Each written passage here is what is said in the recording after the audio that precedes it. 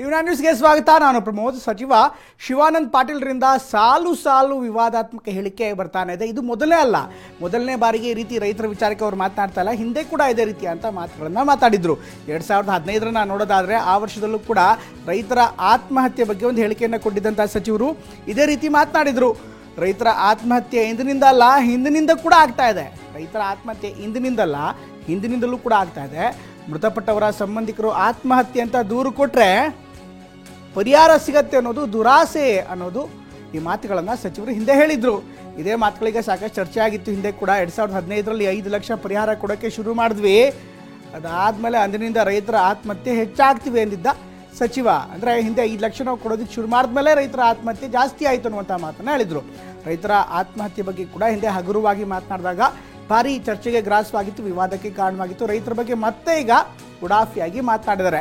ಸಚಿವ ಶಿವಾನಂದ ಪಾಟೀಲ್ರಿಂದ ಸಾಲು ವಿವಾದಾತ್ಮಕ ಹೇಳಿಕೆ ಬರ್ತಾ ಇದೆ. ಇದು ಮೊದಲನೇ ಬಾರಿ ಅಲ್ಲ, ಹಿಂದೆ ಕೂಡ ಇದೇ ರೀತಿಯಂಥ ಮಾತುಗಳನ್ನು ಆಡಿದ್ರು. ಅದು ಈಗ ಉಲ್ಲೇಖನೀಯ.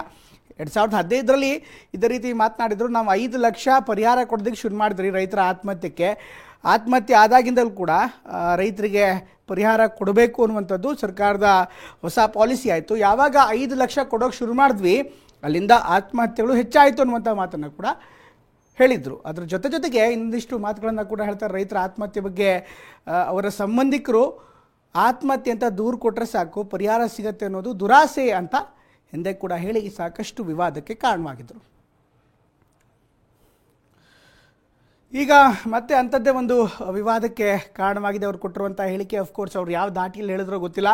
ಆದರೆ ಬರಗಾಲ, ಜನ ಸಾಯ್ತಾ ಇದ್ದಾರೆ, ಅದರಲ್ಲೂ ಕೂಡ ರೈತರು ಸಂಕಷ್ಟಕ್ಕೆ ಸಿಲ್ಕೊಂಡಿದ್ದಾರೆ. ಇಂಥ ಒಂದು ಸಂದರ್ಭದಲ್ಲಿ ಅವ್ರು ನೀಡಿರುವಂಥ ಹೇಳಿಕೆ ಸಹಜವಾಗಿ ಆಕ್ರೋಶಕ್ಕೆ ಕಾರಣವಾಗ್ತಾ ಇದೆ. ನಿನ್ನೆ ತಾನೇ ಬೆಳಗಾವಿಯಲ್ಲಿ ಮಾತನಾಡ್ತಾ ಅವ್ರು ಆಡಿರುವಂಥ ಮಾತುಗಳನ್ನು ಗಮನಿಸೋದಾದರೆ ರೈತರು ಬರಗಾಲ ಬರೋದನ್ನೇ ಕಾಯ್ತಾ ಇರ್ತಾರೆ. ಬರಗಾಲ ಬಂದರೆ ನಮಗೆ ಸಾಲ ಮನ್ನಾ ಆಗತ್ತೆ, ಹೀಗಾಗಿ ಬರಗಾಲ ಬರಲಿ ಅಂತ ವೇಟ್ ಮಾಡ್ತಾ ಇರ್ತಾರೆ ಅನ್ನುವಂಥ ಮಾತನ್ನು ಈಗ ಶಿವಾನಂದ ಪಾಟೀಲ್ ಹೇಳಿದರು. ಈ ಮಾತು ಈಗ ರಾಜಕೀಯವಾಗಿ ಕೂಡ ಸಾಕಷ್ಟು ಪ್ರಶ್ನೆಗೆ ಕಾರಣವಾಗ್ತಾ ಇದೆ. ರೈತಾಪಿ ವಲಯದಲ್ಲೂ ಕೂಡ ದೊಡ್ಡ ಚರ್ಚೆಯನ್ನು ಹುಟ್ಟಾಕಿದೆ, ವಿವಾದಾತ್ಮಕ ವಿಚಾರವಾಗಿ ಮುಂದುವರಿತಾ ಇದೆ. ಇಂಥ ಮಾತುಗಳು ಸಚಿವರಿಂದ ನಿರೀಕ್ಷೆ ಮಾಡಲಾಗತ್ತಾ ಅನ್ನುವಂಥದ್ದು ಒಂದು ಪ್ರಶ್ನೆ. ಜೊತೆಗೆ ಬರಗಾಲವನ್ನು ಅಷ್ಟು ಸುಲಭವಾಗಿ ಸರ್ಕಾರದವ್ರು ತಗೋತಾ ಇದ್ದಾರೆ ಸಚಿವರು, ಅದರಲ್ಲೂ ಸಂಪುಟ ಸಚಿವರಾಗಿರುವಂಥವ್ರು, ಸರ್ಕಾರದ ಭಾಗ ಆಗಿರುವಂಥವ್ರು. ಅಂಥವರು ಬರಗಾಲದ ಬಗ್ಗೆ, ರೈತರ ಬಗ್ಗೆ ಅಷ್ಟು ಉಡಾಫಿಯಾಗಿ ಮಾತಾಡೋದಕ್ಕೆ ಹೇಗೆ ಸಾಧ್ಯ? ಇದೇ ಪ್ರಶ್ನೆಯನ್ನು ಕುರುಬೂರು ಶಾಂತಕುಮಾರ್ ಸೇರಿದಂತೆ ಎಲ್ಲ ರಾಜಕೀಯ ಪಕ್ಷದವರು ಕೂಡ ಕೇಳ್ತಾ ಇದ್ದಾರೆ. ಬರಗಾಲ ಬಂತು ಅಂತ ಸಾಲ ಮನ್ನಾಕ್ಕೋಸ್ಕರ ಜನ ಕಾಯ್ತಾ ಇರಲ್ಲ, ರೈತರು ಕಾಯ್ತಾ ಇರಲ್ಲ. ಬದಲಾಗಿ ಅವರ ಕಷ್ಟಗಳೇನಿರುತ್ತೆ ಆ ಕಷ್ಟಗಳಿಗೆ ಸ್ಪಂದಿಸಿ ಅಂತ ಸರ್ಕಾರವನ್ನು ಮನವಿ ಮಾಡ್ತೀವಿ ನಾ, ಬರಗಾಲ ಬರಲಿ ಅಂತ ಯಾವ ರೈತನೂ ಕಾಯ್ತಾ ಇರಲ್ಲ ಅಂತ ಶಾಂತಕುಮಾರ್ ಅವರು, ಈಗ ಕುರುಬೂರು ಶಾಂತಕುಮಾರ್ ರೈತ ಮುಖಂಡರು ಕೂಡ ಹೌದು, ಅವರು ಟಿವಿ9 ಜೊತೆಗೆ ಮಾತನಾಡ್ತಾ ಪ್ರತಿಕ್ರಿಯೆ ಕೊಟ್ಟರು. ಇನ್ನು ರಾಜಕೀಯವಾಗಿ ನೋಡೋದಾದರೆ ವಿಪಕ್ಷಗಳೆಲ್ಲರೂ ಕೂಡ ಕಾಯ್ತಾ ಇದ್ದಾರೆ. ಇನ್ಫ್ಯಾಕ್ಟ್ ಈ ರೀತಿಯಂಥ ಮಾತುಗಳಿಗೆ ಯಾವ ರೀತಿ ಪ್ರತಿಕ್ರಿಯೆ ಕೊಡಬೇಕು ಅನ್ನೋದನ್ನು ಸಹಜವಾಗಿ ನಾವು ನಿರೀಕ್ಷೆ ಮಾಡ್ಬೋದಾಗತ್ತೆ ವಿಪಕ್ಷಗಳಿಂದ. ಈಗ ವಿಪಕ್ಷ ನಾಯಕ ಆರ್ ಅಶೋಕ್ ಅವರು ಸರ್ಕಾರದ ವಿರುದ್ಧ ಮಾತನಾಡ್ತಾ ರೈತ ವಿರೋಧಿ ಸರ್ಕಾರ, ನಾಚಿಕೆ ಇಲ್ಲ ಈ ಸರ್ಕಾರಕ್ಕೆ ಅನ್ನುವಂಥ ಮಾತನ್ನು ಕೂಡ ಹೇಳಿದ್ರು. ಜೊತೆಗೆ ರೈತರು ಏನಾದರೂ ಎಚ್ಚೆತ್ತರೆ, ರೈತರು ತಿರುಗಿಬಿದ್ರೆ 5 ನಿಮಿಷವೂ ಕೂಡ ಸರ್ಕಾರ ಇರಲ್ಲ ಅನ್ನುವಂಥ ಮಾತನ್ನು ಹೇಳಿದ್ರು. ಇನ್ನು ಸಿ ಟಿ ರವಿ ಅವರು ಮಾತನಾಡ್ತಾ ಈ ಒಂದು ಸರ್ಕಾರಕ್ಕೆ, ಅದರಲ್ಲೂ ಸಚಿವರಿಗೆ ಮದ ಮತ್ತು ಅಹಂಕಾರ ನೆತ್ತಿಗೇರಿದೆ, ಹೀಗಾಗಿ ಈ ಮದವನ್ನು ನೀವೇ ಇಳಿಸ್ತಿರೋ ಸಿದ್ದರಾಮಯ್ಯನವರೇ ಅಥವಾ ನಿಮ್ಮನ್ನು ಸೇರಿಸಿ ಇಳಿಸಬೇಕು ಅನ್ನುವಂಥ ಮಾತನ್ನು ಕೂಡ ಈಗಾಗಲೇ ಅವರು ಪ್ರಶ್ನೆಯನ್ನು ಮುಂದಿಟ್ಟಿದ್ದಾರೆ. ಜನ ಇದೆಲ್ಲವನ್ನು ಕೂಡ ಒಪ್ಪಲ್ಲ ಅನ್ನುವಂಥ ಮಾತನ್ನು ಹೇಳ್ತಾ ಇದ್ದಾರೆ. ಇದರ ಜೊತೆಗೆ ಸುನಿಲ್ ಕುಮಾರ್ ಅವರು ಕೂಡ ಮಾತನಾಡಿದ್ರು. ಸುನಿಲ್ ಕುಮಾರ್ ಅವರು ಕೂಡ ಮಾತನಾಡ್ತಾ BJPಯ ಮುಖಂಡ, ಹಾಲಿ ಶಾಸಕ, ಮಾಜಿ ಸಚಿವ ಸುನಿಲ್ ಕುಮಾರ್ ಅವರು ಕೂಡ ಮಾತಾಡ್ತಾ ಸರ್ಕಾರದ ವಿರುದ್ಧ ಹರಿಯಾಯಿದ್ರು. ಸರ್ಕಾರದ ನಿಲುವೇ ಸರಿ ಇಲ್ಲ, ಇದುವರೆಗೂ ಕೂಡ ಒಂದೇ ₹1 ಕೊಟ್ಟಿಲ್ಲ ಬರ ಪರಿಹಾರಕ್ಕೆ ಅಂತ. ಆದರೆ ಈಗ ಬರಗಾಲದ ಬಗ್ಗೆ ಸಚಿವರು ಮಾತನಾಡ್ತಿದ್ದಾರೆ ಅಂತ ಪ್ರಶ್ನೆಯನ್ನು ಮಾಡ್ತಿದ್ದಾರೆ. ಹಿಂದೆ 2015 ಇದೇ ರೀತಿಯಂತ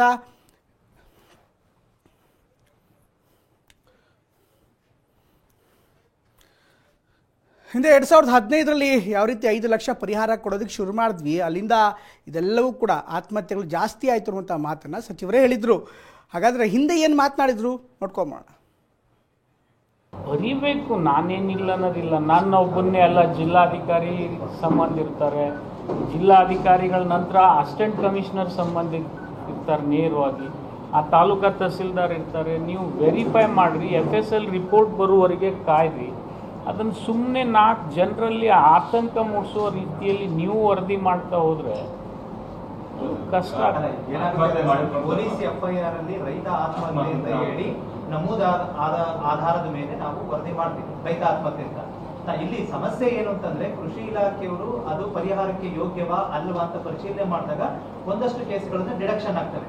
ಇಲ್ಲಿ ಮತ್ತೆ ಪ್ರೈಮರಿ ಆಗಿ ಮಾಹಿತಿ FIR ಅಲ್ಲಿ ಸಿಗೋದು ತಪ್ಪ ಅಂತ ಪ್ರಶ್ನೆ. ಈಗ ನಾನು ನಿಮಗೆ ಒಂದು ಕೇಳ್ತೀನಿ, ನಾನು ಕಂಪ್ಲೇಂಟ್ ಕೊಡೋ ನಾನು ಆತ್ಮಹತ್ಯೆ ಅಂತ ಹೇಳಿ ಕೊಟ್ಟಾಗೆ ನನಗೆ ಪರಿಹಾರ ಸಿಗ್ತದೆ ಅನ್ನೋ ಒಂದು ದುರಾಸೆ ನನ್ನ ಮನಸ್ಸಿನಲ್ಲಿ ಇರ್ತದೆ.